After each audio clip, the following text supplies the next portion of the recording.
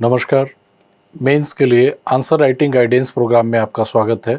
मेरा नाम है सतनाम सिंह। आज हम लोग एक नए क्वेश्चन का फॉर्मेट समझेंगे और एक परीक्षार्थी द्वारा लिखे गए उत्तर का इवैल्यूएशन करेंगे। प्रश्न है आज की सीरीज में, सतत विकास के मूल सिद्धांतों को स्पष्ट करते हुए संयुक्त राष्ट्र के सतत विकास लक्ष्य 2030 को प्राप्त करने की दिशा में भारत की उपलब्धियों को रेखांकित कीजिए। इस प्रश्न में आप लोग देखेंगे तो दो भाग हैं। पहले भाग में लिखा सतत विकास के मूल सिद्धांतों को स्पष्ट करते हुए, अर्थात पहले भाग में सतत विकास के मूल सिद्धांतों को स्पष्ट करना है। इसके बाद दूसरा पार्ट है संयुक्त राष्ट्र के सतत विकास लक्ष्य 2030 को प्राप्त करने की दिशा में भारत की उपलब्धियों को रेखांकित कीजिए। और दूसरे वाले भाग में जो सतत विकास लक्ष्य हैं उनको प्राप्त करने की दिशा में भारत द्वारा किए जा रहे जो प्रयास है उनका परिणाम क्या रहा या उनकी उपलब्धियां क्या रहीं, उनको रेखांकित करना है, उनको लिखना है। तो इस प्रश्न का फॉर्मेट तो बहुत सामान्य सा है। प्रश्न को देख के लग रहा है कि प्रश्न के दो भाग हैं। पहले में सतत विकास के मूल सिद्धांतों को लिखना है और दूसरे भाग में उपलब्धियों को लिखना है। तो सतत विकास के मूल सिद्धांतों को पहले समझ लेते हैं। और सतत विकास के मूल सिद्धांतों को समझने से पहले सतत विकास को समझ लेते हैं। सतत विकास का मतलब होता है कि ऐसा विकास जिसमें वर्तमान समय की आवश्यकताओं की पूर्ति को इस तरीके से पूर्ति की जाए, विवेकपूर्ण तरीके से, कि भविष्य की पीढ़ियों के लिए भी संसाधन सुरक्षित रहें, बचे रहें। ऐसे विकास को सतत विकास कहा जाता है। और यहाँ पर उन 17 सतत विकास लक्ष्यों पर भी एक बार नज़र डाल लेना चाहिए जिनकी प्राप्ति का लक्ष्य रखा गया है, जिन्हें 2030 तक संयुक्त राष्ट्र द्वारा प्राप्त करने का लक्ष्य रखा गया है। तो इन लक्ष्यों में देखें, पहला है गरीबी के सभी रूपों की पूरे विश्व से समाप्ति। दूसरा है भूख की समाप्ति, खाद्य सुरक्षा और बेहतर पोषण और टिकाऊ कृषि को बढ़ावा। तीसरा है सभी उम्र के लोगों में स्वास्थ्य सुरक्षा और स्वस्थ जीवन को बढ़ावा।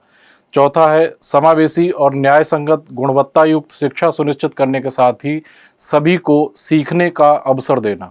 पांचवा है लैंगिक समानता से संबंधित, लैंगिक समानता प्राप्त करने के साथ ही महिलाओं और लड़कियों को सशक्त करना। छठा है सभी के लिए स्वच्छता और पानी के सतत प्रबंधन की उपलब्धता सुनिश्चित करना। सातवां है सस्ती, विश्वसनीय, टिकाऊ और आधुनिक ऊर्जा तक पहुंच सुनिश्चित करना। ऊर्जा के बारे में ये पॉइंट है। सभी के लिए निरंतर समावेशी और सतत आर्थिक विकास, पूर्ण और उत्पादक रोजगार और सभ्य काम को बढ़ावा देना। अगली स्लाइड पर देखते हैं। नवा है लचीली बुनियादी ढांचे, समावेशी और सतत औद्योगिकरण को बढ़ावा। 10वें नंबर पर है देशों के बीच और देशों के भीतर असमानता को कम करना। 11वां है सुरक्षित, लचीला और टिकाऊ शहर और मानव बस्तियों का निर्माण। 12वां है स्थायी खपत और उत्पादन पैटर्न को सुनिश्चित करना। 13वां है जलवायु परिवर्तन और उसके प्रभावों से निपटने के लिए तत्काल कार्रवाई करना। स्थायी सतत विकास के लिए महासागरों, समुद्र और समुद्री संसाधनों का संरक्षण और उपयोग।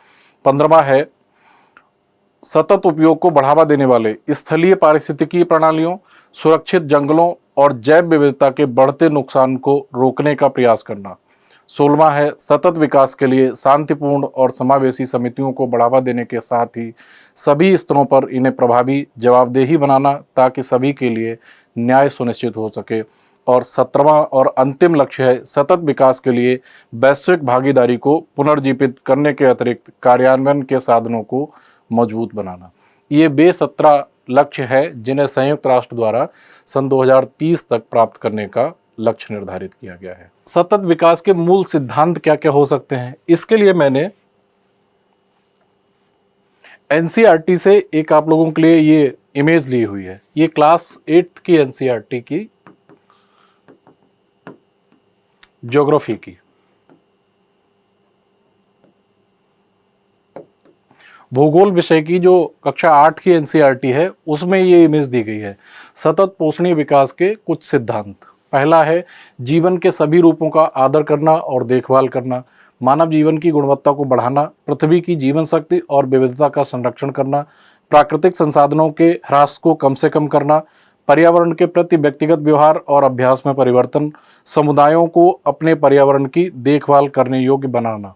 अगर आप लोग इस प्रश्न को लिख रहे हैं, इस प्रश्न का उत्तर लिख रहे हैं, तो अगर आप लोग एनसीईआरटी से लिए गए ये सामान्य पॉइंट्स भी लिख देंगे कि सतत विकास के ये मूलभूत सिद्धांत होते हैं, तब भी इनसे बात बन जाएगी। अगर आप लोग इन्हीं सारी बातों को और ज़्यादा डिटेल में देखना चाहेंगे, तब मैंने एक और इमेज ली हुई है। इस सतत विकास के जो मूल सिद्धांत हैं उनको और ज़्यादा डिटेल में और ज़्यादा डेप्थ में और सेक्टर वाइज इसमें दिखाया गया है। हालांकि इसको लिखने की ज़रूरत नहीं है, लिखने के लिए, क्योंकि 150 शब्द भी आपके पास लिमिटेशन है कि 150 शब्दों में ही आपको पूरा प्रश्न लिखना है। तो ये इमेज केवल समझने के लिए है, लिखने के लिए ये सारे पॉइंट्स इतने पर्याप्त हैं। तो प्रश्न के पहले भाग में सतत पोषणीय विकास को या सतत विकास को परिभाषित करते हुए और ये सारे पॉइंट्स लिखने हैं। और दूसरा भाग जो है उसमें सतत विकास लक्ष्यों को प्राप्त करने के लिए भारत सरकार द्वारा किए जा रहे प्रयासों और उनके परिणामों के बारे में जानकारी देनी है कि भारत सरकार जो प्रयास कर रही है उनके क्या क्या परिणाम सामने आए हैं, उनको लिखना है। तो जब मैंने इस दूसरे भाग के उत्तर के लिए कुछ फैक्ट्स को सर्च करना चाहा, कुछ तथ्यों की जानकारी ढूंढनी चाहिए, तो मुझे यूनाइटेड नेशंस की एक वेबसाइट पर पूरा एक लिंक मिल गया जिसमें इस प्रश्न के दूसरे भाग का पूरा उत्तर ही उसी पेज पे मुझे मिल गया। तो यहाँ पर आप लोग देख रहे होंगे कि ये जो पॉइंट्स लिखे हुए हैं ये पॉइंट्स इंग्लिश में लिखे हुए हैं। मैंने इन्हीं पॉइंट्स को हिंदी में ट्रांसलेट करके आप लोगों के सामने रखा है। पहला है, अब हम लोग दूसरा प्रश्न का जो दूसरा भाग था उसके उत्तर में क्या क्या कंटेंट होना चाहिए उनको समझ रहे हैं। और ये पूरा जो उत्तर लिया गया है, इसका जो डेटा एक्सट्रैक्ट किया गया है, ये वेबसाइट है यूएन की, पूरी वेबसाइट है sustainabledevelopment.un.org/memberstats/India, और ये इंग्लिश में दिया हुआ था, तो मैंने इसी को ट्रांसलेट करके आप लोगों के सामने रखा है। इसमें देखेंगे आप लोग, पहला है, भारत ने आर्थिक विकास और सशक्तिकरण के माध्यम से 271 मिलियन का मतलब हो गया 27.1 करोड़ से अधिक लोगों को बहुआयामी गरीबी से सफलतापूर्वक बाहर निकाला है। पोषण, बाल स्वास्थ्य, शिक्षा, स्वच्छता, पेयजल, बिजली और आवास तक पहुंच में वृद्धि से विशेष रूप से कमजोर परिस्थितियों में लोगों के बीच असमानताओं में कमी आई है। स्वच्छ भारत अभियान और राष्ट्रीय पोषण मिशन द्वारा शुरू की गई राष्ट्रव्यापी पहलों के माध्यम से भारत ने 100% ग्रामीण स्वच्छता हासिल की है। ये ग्रामीण स्वच्छता के बारे में ओडीएफ के बारे में बात कर रहा है, जो खुले में शौच से मुक्ति और सब जगह शौचालय बनवा दिए गए हैं, उनकी बात कर रहा है। तो 100% ग्रामीण स्वच्छता हासिल की है और पोषण स्तर में सुधार हुआ है। इसके साथ ही भारत में बाल और मातृ मृत्यु दर में भी कमी आई है। दुनिया की सबसे बड़ी स्वास्थ्य सुरक्षा योजना आयुष्मान भारत के माध्यम से सार्वभौमिक स्वास्थ्य कवरेज को संस्थागत बनाया गया है, जिसमें लगभग 500 मिलियन व्यक्तियों को, 500 मिलियन का मतलब हो गया 50 करोड़ व्यक्तियों को कवर करते हुए 100 मिलियन परिवारों को, 10 करोड़ परिवारों को, 100 मिलियन। यहां पर आप लोग देखेंगे 100 मिलियन परिवार और वहां पर 500 मिलियन व्यक्तियों की संख्या को देखेंगे तो अनुमानतः 50 करोड़ और परिवारों की संख्या को देखेंगे तो 10 करोड़ परिवारों को 7,000 अमेरिकी डॉलर, और ये 7,000 अमेरिकी डॉलर जो हैं ये लगभग 5 लाख रुपए के लगभग प्रति वर्ष प्रति परिवार।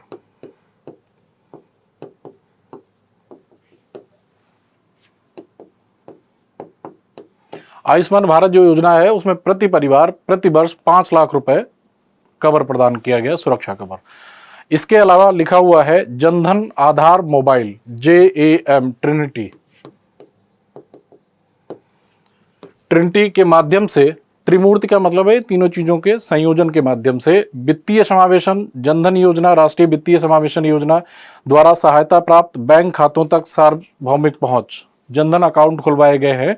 2014 में मोदी सरकार के सत्ता में आने के बाद ये योजना शुरू की गई थी, जनधन अकाउंट योजना। इसमें सभी व्यक्तियों के अकाउंट खुलवाए गए थे, बैंक खाते खुलवाए गए थे फाइनेंशियल इंक्लूजन के लिए, वित्तीय समावेशन के लिए। 90% से अधिक आबादी के लिए आधार कार्ड, राष्ट्रीय विशिष्ट पहचान संख्या और मोबाइल फोन तक व्यापक पहुंच ने महिलाओं सहित 200 मिलियन का मतलब है 20 करोड़ 20 करोड़ से अधिक गरीबों के लिए ऋण, बीमा और प्रत्यक्ष लाभ हस्तांतरण के नए रास्ते खोले हैं, जिससे उनके आर्थिक सशक्तिकरण में तेजी आई है। जलवायु कार्यवाही रणनीतियों के अंतर्गत अपने राष्ट्रीय निर्धारित योगदानों पर कार्य करते हुए भारत ने अपने 100% गांवों का विद्युतीकरण कर लिया है। भारत में जितने भी गांव हैं, अब सभी में बिजली पहुंचाई जा चुकी है। ऊर्जा कुशल उपकरणों के माध्यम से सालाना 38 मिलियन टन CO2 उत्सर्जन को कम किया है। 80 मिलियन गरीब परिवारों को स्वच्छ खाना पकाने का ईंधन प्रदान किया है। 80 मिलियन का मतलब है 8 करोड़। ये विशेष रूप से उज्ज्वला योजना जो शुरू की गई है, जिसमें LPG कनेक्शन दिए गए हैं, ये उनकी बात कर रहा है। 8 करोड़ गरीब परिवारों को स्वच्छ खाना पकाने का ईंधन प्रदान किया है और 2030 तक 26 मिलियन हेक्टेयर खराब भूमि को, व्यर्थ भूमि होती है, जो डिग्रेडेड लैंड होती है, जिसकी उत्पादकता बहुत कम हो जाती है, उसकी बात कर रहा है। 26 मिलियन हेक्टेयर खराब भूमि को बहाल करने, अर्थात उसका पुनरुद्धार करने, और 450 गीगावाट नवीकरणीय रिन्यूएबल एनर्जी स्थापित करने का लक्ष्य रखा है। विश्व स्तर पर भारत नवीकरणीय ऊर्जा में तीसरे और पवन ऊर्जा में चौथे और सौर ऊर्जा में 5वें स्थान पर है। युवा आबादी और बढ़ते नवाचार और व्यापार पारिस्थितिकी तंत्र के साथ भारत सबसे तेजी से बढ़ती उभरती बाजार अर्थव्यवस्थाओं में से एक है। 2018-19 में 2.72 ट्रिलियन अमेरिकी डॉलर की GDP के साथ भारत 2025 तक 5 ट्रिलियन अमेरिकी डॉलर की अर्थव्यवस्था बनने का प्रयास कर रहा है और विनिर्माण, बुनियादी ढांचे के निर्माण, निवेश को बढ़ावा देने, तकनीकी नवाचार को बढ़ावा देने और उद्यमशीलता को बढ़ावा देकर एक समावेशी और टिकाऊ विकास पथ पर आगे बढ़ रहा है। तो ये सारी उपलब्धियां थीं जिनका डेटा एक्सट्रैक्ट किया गया था संयुक्त राष्ट्र संघ की एक वेबसाइट से, अर्थात डेटा बहुत ही ऑथेंटिक डेटा है। अब हम इसको समझने के बाद क्वेश्चन का इवैल्यूएशन करेंगे कि बच्चे ने जो लिखा है उसमें क्या।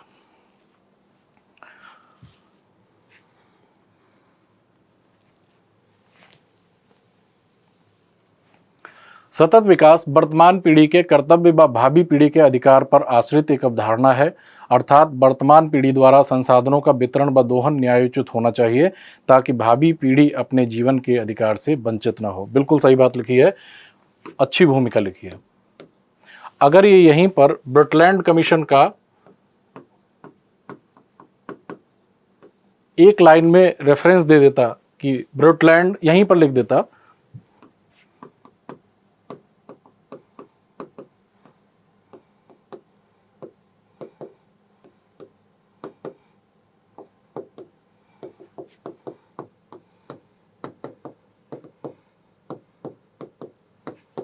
ब्रुटलैंड कमीशन की रिपोर्ट के अनुसार सतत विकास वर्तमान पीढ़ी के, तब एग्जामिनर को और ज़्यादा एग्जामिनर प्रभावित होता, उसे लगता कि हाँ ब्रुटलैंड कमीशन की भी जानकारी इस बच्चे को है। तो ये भूमिका बिल्कुल सही है, बिल्कुल सदी हुई भूमिका लिखी हुई है कि पहले 3-4 लाइनों में सतत विकास को समझा दिया है। अब इसके बाद इसे सतत विकास के मूल सिद्धांतों की चर्चा करनी चाहिए थी। अब देखते हैं इस बच्चे ने आगे क्या लिखा है।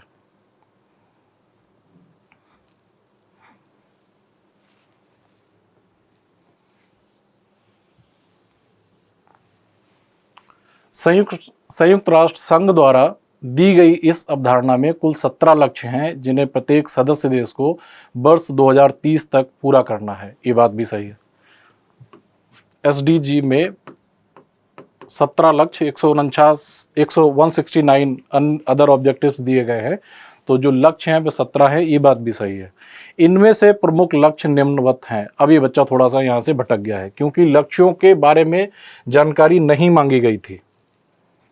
प्रश्न में कहीं भी नहीं पूछा गया था कि सतत विकास लक्ष्य कौन कौन से हैं या संयुक्त राष्ट्र संघ द्वारा निर्धारित सतत विकास लक्ष्य में कौन कौन से लक्ष्य शामिल हैं। आप लोग अगर देखना चाहें तो प्रश्न को फिर से देख लीजिए। सतत विकास के मूल सिद्धांतों को स्पष्ट करते हुए संयुक्त राष्ट्र के सतत विकास लक्ष्य 2030 को प्राप्त करने की दिशा में भारत की उपलब्धियों को रेखांकित कीजिए। सतत विकास के मूल सिद्धांतों की चर्चा करनी चाहिए थी, लेकिन ये बच्चा थोड़ा सा भटक गया यहां पर और इसने ये जो लाइन लिखी है,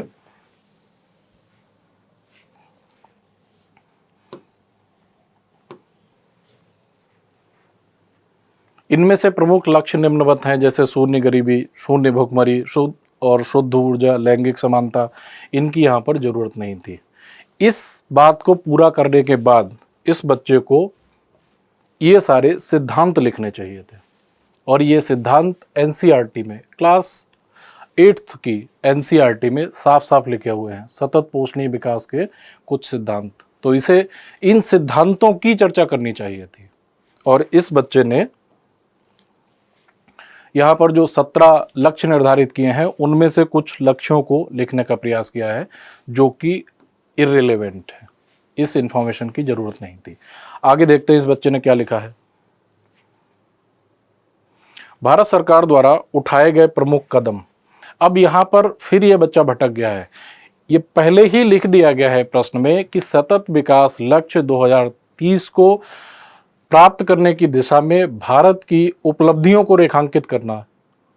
तो उपलब्धियों को रेखांकित करने के स्थान पर इस बच्चे ने लिख दिया है भारत सरकार द्वारा उठाए गए प्रमुख कदम। उपाय नहीं पूछे थे, उपायों का परिणाम पूछा था इस बच्चे ने, और हेडिंग डाली है सबसे पेज के सबसे अंत में। आप लोग ध्यान रखिए कि जब भी कभी आप लोगों को इस तरीके की सिचुएशन आ जाए कि पेज अंत होने वाला है तो हेडिंग को नए पेज से ही शुरू करिए। अब देखते हैं कि इसने अगले पेज पर क्या लिखा है। अगले पेज पर इसने लिखा है, मैं एनलार्ज कर दे रहा हूं इसको।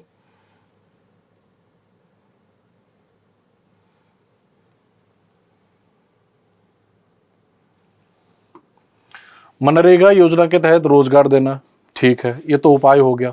रोजगार दिया, उसका उपाय क्या हुआ? बेरोजगारी घटी तो कितनी घटी, रोजगार बढ़ा तो कितना बढ़ा, आय बढ़ी, किसकी बढ़ी, कितनी बढ़ी, कोई जानकारी नहीं है। खाद्य सुरक्षा के लिए सार्वजनिक वितरण प्रणाली, राष्ट्रीय खाद्य सुरक्षा अधिनियम, बात तो सही है, ये भी बात सही है। बेटी बचाओ बेटी पढ़ाओ अभियान, इसका परिणाम क्या हुआ? पूछा तो परिणामों के बारे में गया है कि जो प्रयास किए जा रहे हैं उनका परिणाम क्या निकल के आया, उनकी उपलब्धियां क्या रही, लेकिन उपलब्धियां यहाँ पर नहीं लिखी गई। उज्ज्वला योजना के माध्यम से घरेलू ईंधन उपलब्ध कराना, बात सही है।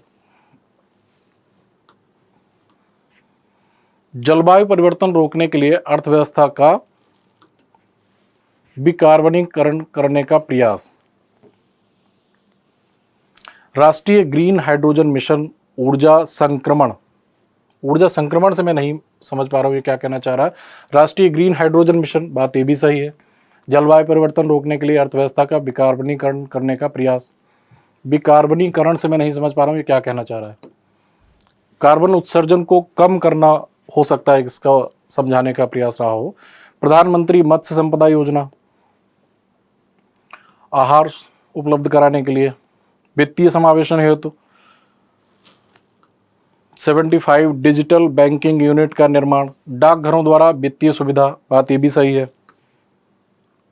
वाइब्रेंट विलेज प्रोग्राम, ताकि रिमोट क्षेत्रों के गांवों का विकास हो सके। इसने ये 8 पॉइंट लिखे हुए हैं, और ये जो पॉइंट्स लिखे हुए हैं इनमें से किसी भी पॉइंट का आउटकम नहीं लिखा है, परिणाम नहीं लिखा है। जबकि यहाँ पर इस प्रश्न के दूसरे भाग में प्रश्न पूछा गया था उपलब्धियों के बारे में, परिणाम के बारे में, ना कि उठाए गए कदमों के बारे में या किए जा रहे प्रयासों के बारे में। तो यहाँ पर जो प्रयास किए जा रहे हैं उनके बारे में ना लिख के जो उपलब्धियां हासिल हुई हैं उनके बारे में मुख्य रूप से लिखना था। तो ये बच्चा थोड़ा सा भटक गया है, उसने कोई भी डेटा नहीं दिया है, कोई भी जानकारी, कोई ऐसी आंकड़ों से संबंधित जानकारी नहीं दी है, इसलिए ये उत्तर एक बहुत प्रभावी उत्तर नहीं है। और इस उत्तर की जो पूर्ति होगी, जो कंटेंट होना चाहिए, वह वही होना चाहिए जो अभी मैंने आप लोगों को बताया था। 27 करोड़ लोगों को गरीबी से बाहर निकाला है, लोगों के बीच असमानताओं में कमी की है, पोषण, बाल स्वास्थ्य, शिक्षा, स्वच्छता, पेयजल आदि के माध्यम से। स्वच्छ भारत अभियान और राष्ट्रीय पोषण मिशन के द्वारा 100% ग्रामीण स्वच्छता हासिल की है, पोषण स्तर में सुधार हुआ है, भारत में बाल और मातृ मृत्यु दर में कमी आई है। ये उपलब्धियां हैं भारत की। दुनिया की सबसे बड़ी स्वास्थ्य सुरक्षा योजना आयुष्मान भारत के माध्यम से सार्वभौमिक स्वास्थ्य कवरेज को संस्थागत बनाया गया है, और 50 करोड़ व्यक्तियों और 10 करोड़ परिवारों को 5 लाख रुपए प्रति वर्ष का स्वास्थ्य बीमा दिया गया है। जनधन आधार योजना से क्या क्या हासिल हुआ है? ऋण, बीमा और प्रत्यक्ष लाभ हस्तांतरण के नए रास्ते खुले हैं, जिससे उनका आर्थिक सशक्तिकरण हुआ है। तो ये तो सारी उपलब्धियां हो गई। जलवायु कार्यवाही रणनीतियों के अंतर्गत 100% गाँवों का विद्युतीकरण कर लिया है। 48 मिलियन टन CO2 का उत्सर्जन कम किया है। 8 करोड़ लोगों को LPG का कनेक्शन उपलब्ध कराया है और 26 मिलियन हेक्टेयर खराब भूमि को पुनर्बहाल करने का लक्ष्य निर्धारित किया है और नवीकरणीय ऊर्जा स्थापित करने का भी लक्ष्य निर्धारित किया है। इनमें से काफ़ी कुछ किया भी जा चुका है। तो ये तो सारी उपलब्धियां हो गई विभिन्न उपायों की। लेकिन इस बच्चे ने दूसरे भाग में उपलब्धियां न लिखकर केवल उपाय लिख दिए हैं, उनका आउटकम नहीं लिखा, उनका परिणाम नहीं लिखा है। इसलिए इस बच्चे के उत्तर का जो दूसरा भाग है वह कमजोर है। इसे इन सारी चीज़ों जैसे मनरेगा योजना के तहत रोजगार प्रदान किया गया है, जिससे गरीबों के जो बेरोजगार, जिससे गरीबों में विशेष रूप से ग्रामीण क्षेत्रों में बेरोजगारी में कमी आई है, गरीबी में कमी आई है, बात सही हो जाती है। खाद्य सुरक्षा के लिए सार्वजनिक वितरण प्रणाली PDS वगैरह लागू किया गया है या राष्ट्रीय खाद्य सुरक्षा अधिनियम लागू किया गया है, जिसके माध्यम से गरीबों, विशेष रूप से ग्रामीण क्षेत्र के गरीबों में जो जीरो हंगर वाला एक ऑब्जेक्टिव है या लक्ष्य है उसकी पूर्ति होती है। इस तरीके से ये परिणाम अगर बता देता तो इसका उत्तर काफ़ी प्रभावी होता है। लेकिन इसने पूरे इसमें कहीं भी परिणामों की, उपलब्धियों की चर्चा नहीं की है, इसलिए ये उत्तर थोड़ा सा कमज़ोर उत्तर है। अब इसकी मार्किंग देख लेते हैं। भूमिका इस बच्चे ने बहुत अच्छी लिखी थी और भूमिका में मैं इसे, क्योंकि मैंने आप लोगों को पहले ही बता दिया था कि जो 150 नंबर वाले शब्दों वाले जो प्रश्न होते हैं और जिनमें 10 नंबर देने होते हैं, तो 10 नंबर का मतलब होता है कि उनमें अधिकतम जो व्यवहारिक रूप से मिल सकते हैं 5 नंबर मिल सकते हैं। 1 नंबर भूमिका के लिए और मेन बॉडी के लिए 3 नंबर और निष्कर्ष के लिए 1 नंबर। लेकिन इस बच्चे ने भूमिका तो अच्छी लिखी, लेकिन ये मुख्य भाग में गड़बड़ कर गया, तो भूमिका के लिए मैं इसे पूरा 1 नंबर दूंगा। अब देखते हैं कि मुख्य भाग में जहां पर लिखना चाहिए था इसे मूल सिद्धांतों को, तो इसने मूल सिद्धांत लिखे ही नहीं है। इस बच्चे ने जो 17 लक्ष्य निर्धारित किए गए हैं उनमें से कुछ लक्ष्य लिखने का प्रयास किया है जो कि इर्रिलेवेंट हैं, तो इसके लिए कोई मार्क्स नहीं बनते हैं क्योंकि इसने मूल सिद्धांतों की चर्चा की ही नहीं है। अब आते हैं आगे। इसके जो दूसरा भाग है प्रश्न का, जहां पर इसे लिखना चाहिए कि भारत सरकार द्वारा जो प्रयास किए जा रहे हैं उनका परिणाम क्या रहा, तो परिणाम वाली बात इसने कहीं पर लिखी ही नहीं है। बेटी बचाओ बेटी पढ़ाओ बात तो सही है लैंगिक समानता के लिए, लेकिन इसका परिणाम क्या हुआ, इस संदर्भ में उपलब्धि क्या हुई, वो नहीं लिखा है। इसलिए दूसरा भाग भी इसका कमजोर है। हालांकि इसने जो लिखा है वह रिलेवेंट है, लेकिन इसने आउटकम नहीं लिखा है। और निष्कर्ष में निष्कर्षता सतत विकास भारतीय अर्थव्यवस्था के तात्विक मुद्दों में से एक है, तो जो निष्कर्ष है वह भी कमजोर है। तो पहले आ जाते हैं इस वाले भाग में इसे कितने नंबर मिलने चाहिए। जो पॉइंट्स लिखे हैं इसमें मैं इसे लिबरल मार्किंग करते हुए 1 नंबर दे सकता हूं। 1 नंबर इसलिए दे सकता हूं क्योंकि जो लिखे हैं इसने उपाय कहीं ना कहीं लिंक तो है प्रश्न की मांग से, लेकिन प्रत्यक्ष रूप से प्रश्न की मांग को पूरा नहीं कर रहे हैं, तो 1 नंबर इसे दिया जा सकता है। और निष्कर्ष को देख लेते हैं। निष्कर्षता सतत विकास भारतीय अर्थव्यवस्था के तात्विक मुद्दों में से एक है, केवल एक लाइन लिख दी है और ये बात तो वैसे ही समझ में आती है कि तात्विक मुद्दों में से एक है। सतत विकास लक्ष्यों के लिए इतना सब कुछ किया जा रहा है तो तात्विक मुद्दों में से एक है, तो बात वैसे ही समझ में आती है। यहाँ पर ये सतत विकास रिपोर्ट का रेफरेंस दे देता कि भारत सरकार द्वारा जो सतत विकास लक्ष्यों को प्राप्त करने के लिए प्रयास किए जा रहे हैं उनका सकारात्मक परिणाम देखने को मिल रहा है। और इसे इस तरीके से समझा जा सकता है कि जहां पिछले कुछ वर्षों में उतार चढ़ाव के साथ भारत की स्थिति सतत विकास रिपोर्ट में काफ़ी नीचे थी, तो इसमें 2023 की जो सतत विकास रिपोर्ट है उसमें भारत का स्थान 2022 के 121 से अपग्रेड होकर 112वें नंबर पर पहुंच गया है। 9 नंबर की एक छलांग लगाई है और ये सस्टेनेबल डेवलपमेंट रिपोर्ट का रेफरेंस दे सकता था, तब मैं इसे यहाँ पर आधा 1 नंबर दे देता। लेकिन यहाँ पर इसने निष्कर्ष में भी बहुत छोटी बात लिख दी है और कोई ऐसी ठोस बात नहीं लिखी है। यहाँ पर कोई ऐसी आशावादी बात लिखता तब इसे मैं ज़्यादा नंबर देता। तो इसलिए इस पूरे क्वेश्चन के आंसर को एवेल्युएट करने के बाद मैं इसे 2 नंबर दूंगा।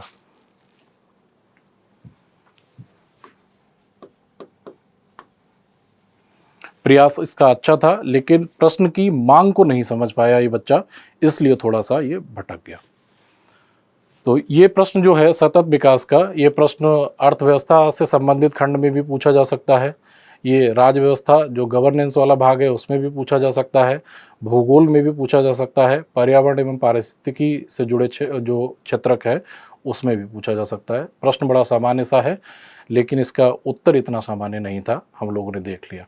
और आप लोगों को इससे संबंधित अगर डेटा देखना हो तो जो मैंने वेबसाइट का लिंक दिया है, इस वेबसाइट को चले जाइएगा, sustainabledevelopment.un.org मेंबर स्टेट्स/इंडिया, यहाँ पर आपको सारी जानकारी मिल जाएगी।